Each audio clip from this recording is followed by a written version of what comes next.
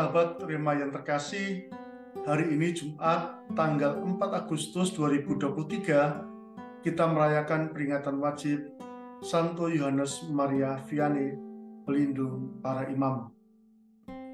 Renungan kita hari ini akan kita ambil dari Injil Matius bab 13 ayat 54 sampai dengan 58. Renungan kita akan mengambil tema biarlah rahmat Allah yang akan menyempurnakan segalanya. Sahabat Rema yang terkasih, biarlah rahmat Allah yang akan menyempurnakan segalanya ini dikatakan oleh Vigen ketika Yohanes Maria Vianney ini dipertimbangkan untuk menerima tabisan prodiakon. Mengapa demikian? Karena Yohanes Maria Vianney ini mengalami keterbatasan intelektualnya lemah, tidak sepintar orang-orang lain, namun di lain sisi ia adalah pribadi yang terus mau berjuang dengan sungguh, pribadi yang juga hidupnya saleh. Karena kata-kata itulah Yohanes Maria Vianney kemudian ditapiskan menjadi prodiakon dan kemudian diakon dan setelah itu menjadi seorang imam. Dalam penugasannya, ia ditugaskan di paroki kecil Ars. Ketika ia datang, bahkan ia tidak disambut oleh umat. Ia menyaksikan kebekuan hidup iman umat pada waktu itu. Contohnya, misa harian hanya diikuti oleh 2 atau 3 orang ibu-ibu yang sudah berusia lanjut. Banyak orang tidak pergi gereja, banyak pria yang tidak pergi gereja tetapi justru pergi ke kafe-kafe. Melihat situasi seperti itu, Yohanes Maria Vianney mulai berkunjung, menyapa umat, mendengarkan umat, melihat situasi umat secara real, dan membantu sejauh ia mampu. Dalam perayaan-perayaan, dalam acara kegerejaan, ia senantiasa membuat persiapan yang begitu baik, begitu lama, karena ia mengalami dan menyadari bahwa ia ini lemah di dalam soal intelektual dan gampang lupa. Ia memberikan pengakuan dosa, bahkan berjam-jam lamanya. Ia juga membuat yang namanya itu rumah penyelenggaraan ilahi untuk membantu orang-orang dan umat yang mengalami kesulitan. Karyanya itu sangat bagus dan kemudian berkembang demikian pesat dan membawa rasa iri hati bagi orang-orang yang memandangnya dan kemudian mempertanyakannya, kemudian mempersoalkannya, dan kemudian ini menyulitkan dia sendiri di dalam karya pastoral. Beberapa kali Yohanes Maria Vianney mengungkapkan niat untuk mengundurkan diri dari tugas-tugas imamat yang diembannya di Ars. Ia ingin menyepi ke sebuah biara dalam kemiskinannya di hadapan Tuhan.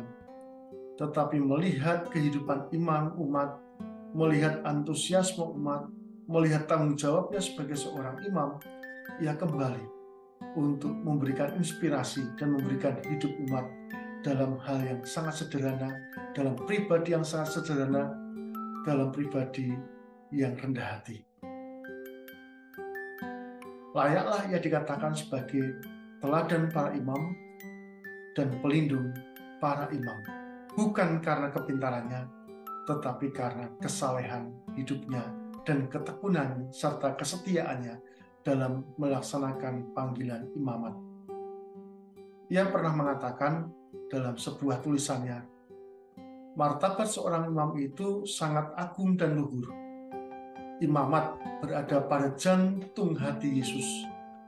Ketika engkau memandang seorang imam, engkau berpikir tentang Yesus dan matamu tertuju kepadanya. Sungguh indah kata-kata ini.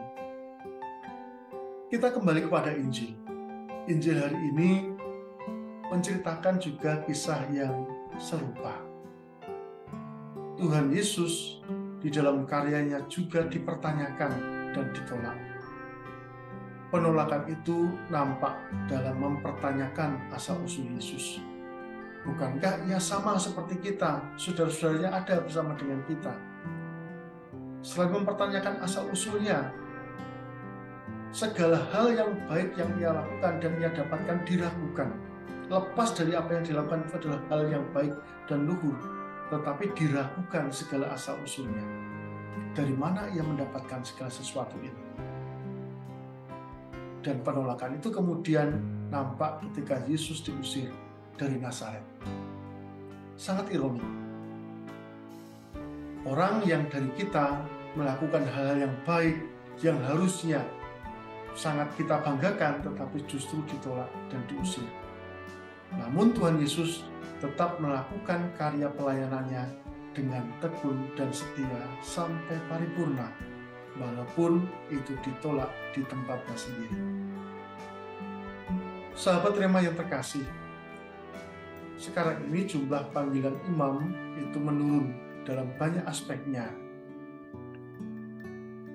Kita juga melihat ketulusan dan kesungguhan dari banyak imam yang mengalami pergumulan hidup dan pergumulan di dalam pelayanan, namun tetap gembira dan setia melayani umat dengan tuntutan yang semakin tinggi, mengingat integritas dan profesionalitas seorang imam. Banyak dari imam yang baik juga mengalami citra buruk karena kesalahan dan kerapuhan sedikit rekan-rekannya. Beberapa imam juga mulai tergeser dan terpengaruh secara tidak sadar dari cara hidup imami menjadi kehidupan seorang awam, mulai meninggalkan kesalehan-kesalehan hidup imam. Kita sadar bahwa sebagai seorang imam, kita bukanlah pribadi yang sempurna dan lepas dari kerapuhan.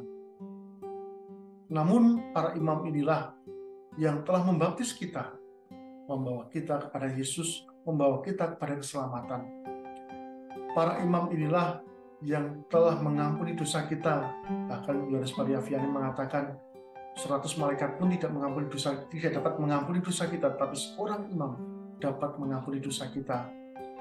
Para imamlah yang memberikan pada kita boleh menerima dan bersatu dengan Yesus dengan menerima perayaan Ekaristi. Para imamlah yang telah memberkati perkawinan kita, mendoakan kita, bergumul bersama dengan kita di dalam perkawinan.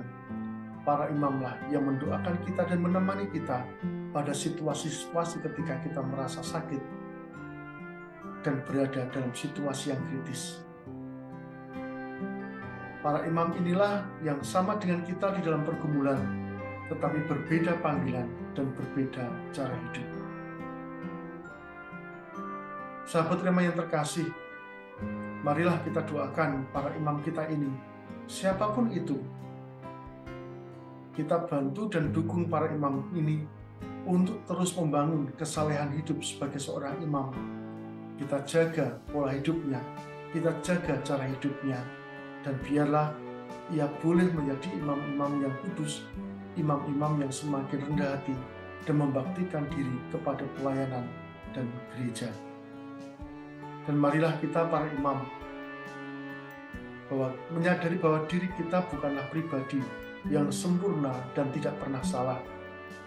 Marilah dengan rendah hati kita mau berubah dengan tekun dan tanggung jawab di dalam pelayanan-pelayanan kita. Walaupun kita lemah, walaupun kita terbatas, walaupun kita rapuh, kita perlu mengingat kata-kata ini. Biarlah rahmat Allah akan menyempurnakan segalanya. Biarlah hidup kita yang sederhana ini, hidup kita yang biasa-biasa ini, menjadi hidup yang berkenan kepada Allah. Biarlah yang sederhana yang kita lakukan dilipat gandakan oleh Allah sendiri. Dan keluarga-keluarga, ingatlah bahwa keluarga adalah tempat di mana benih panggilan ditaburkan dan benih panggilan dirawat. Marilah kita persembahkan orang-orang yang terbaik di dalam keluarga kita untuk boleh menjadi seorang imam, menjadi seorang religius yang kudus, yang menjadi berkat bagi umat. Semoga Allah memberkati keluarga kita, Bapa, Putra, dan Roh Kudus. Amin. Keluarga kudus Yesus, Maria, dan Yosef, doakanlah kami. Amin.